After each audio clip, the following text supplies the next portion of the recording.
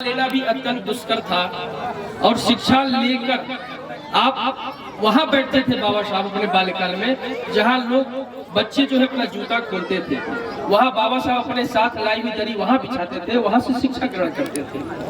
अपने घर से लाई हुई खाना भी वो दीवार की ओर मुंह करके खाते थे, लेकिन फिर भी उन्होंने अपनी शिक्षा के प्रति लगाव को नहीं छोड़ा, क्योंकि उनकी माँ ने कहा था कि बेटा बिल्कुल लगे रहना शिक्षा के लिए, संघर्ष करना, और जब किसी के प्रति विद्रोह का बिगुल फूंकना तो उसे पीछे भी मत हटना।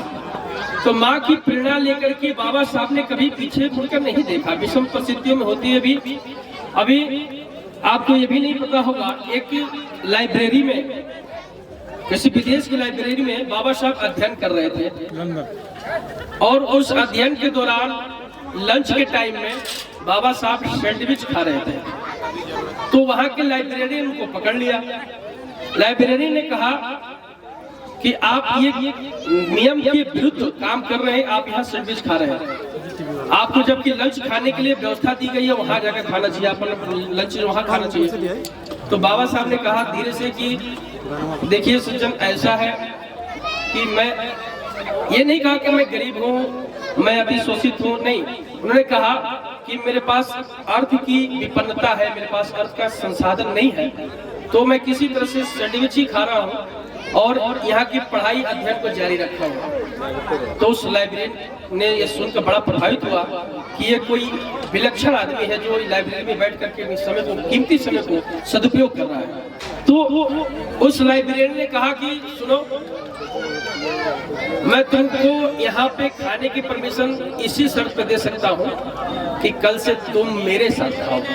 इतनी बड़ी बात हुई वहाँ पे। तो ये बाबा साहब सारी शिक्षाओं को लेने के बाद जब उन्होंने संविधान को लिखा है, तो जब बाबा साहब ने जो संविधान लिखा, आपको यह जानकर आश्चर्य होगा कि बाबा साहब अगर बंटवारे की जो वहां पे नींव रखी गई, उसके बारे में जो उन्होंने विचार दिया था कि आधी आबादी यहाँ और आधी आबादी वहाँ हो जाए, अगर उस बात को मान ली गई होती चैनल पे तो आज के समय में CAA जैसी कानून को लाने का नौबत ही नहीं आता। ये चैनल है जिनके भाई बंधु हमारे यहाँ खड़े हैं और इसका छाया कर रहे हैं। ये छायांकन आपका बहुत दूर दूर तक जाने वाला है, तो इसलिए आप सभी लोग सीधे जुड़िए इस कार्यक्रम से, माय मिशन हिट्स।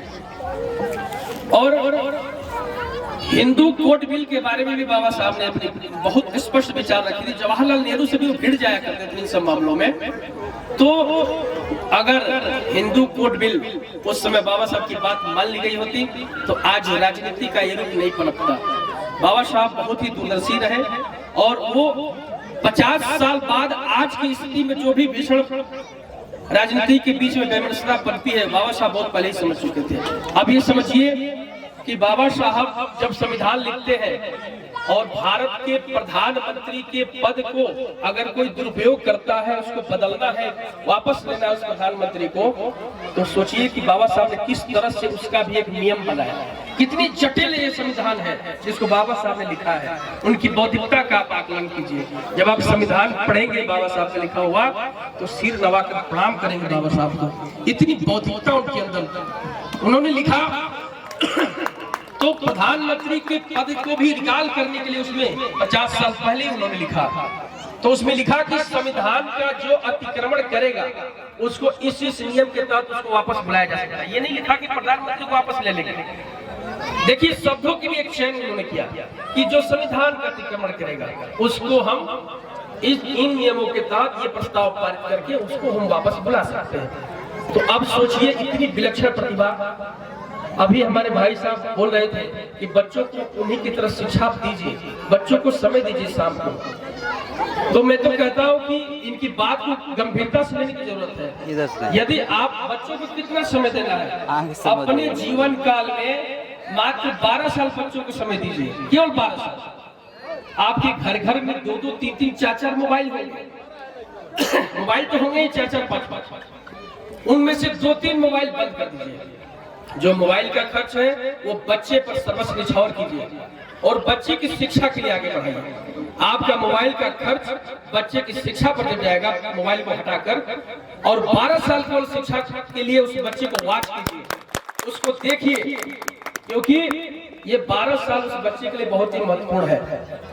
और आपको मैं बता दूं, बहुत लोग ऐसे होते हैं जो कॉन्वेंट स्कूलों में डाल देते हैं बच्चों को और निश्चित हो जाते हैं, ऐसा नहीं। हमारे अभिभावक बंधु बाजारों में, चट्टी में, चौराहे में जाकर बेंच पर बैठकर 2-2 4-4 घंटे राजनीति की बातें कर लेते हैं और जब घर वापस आते हैं शाम को टेंशन में पूरा माहौल होता है। तो ये नहीं करना, आपको बस यही करना है कि 12 साल बच्चों को ध्यान देना है। शाम को, जैसा भाई साहब ने कहा कि शाम को बच्चे के साथ बैठकर उसका आप किताब का, की कॉपी का, उसकी बौद्धिक स्तर का परीक्षण कीजिए, उसके हिसाब से उसकी शिक्षा का प्रबंध कीजिए और निश्चित ही 20 साल बाद वो बच्चा आपको निश्चित आराम देगा। आप आराम कीजिए, बच्चा अगली पीढ़ी को फिर चलाएगा। तो ये शिक्षा का एक सीढ़ी होता है, इसको शिक्षा को आप ध्यान देंगे तो बच्चा आपका आगे बढ़ेगा, निश्चित ही समाज में बदलाव आएगा, प्यार आएगा।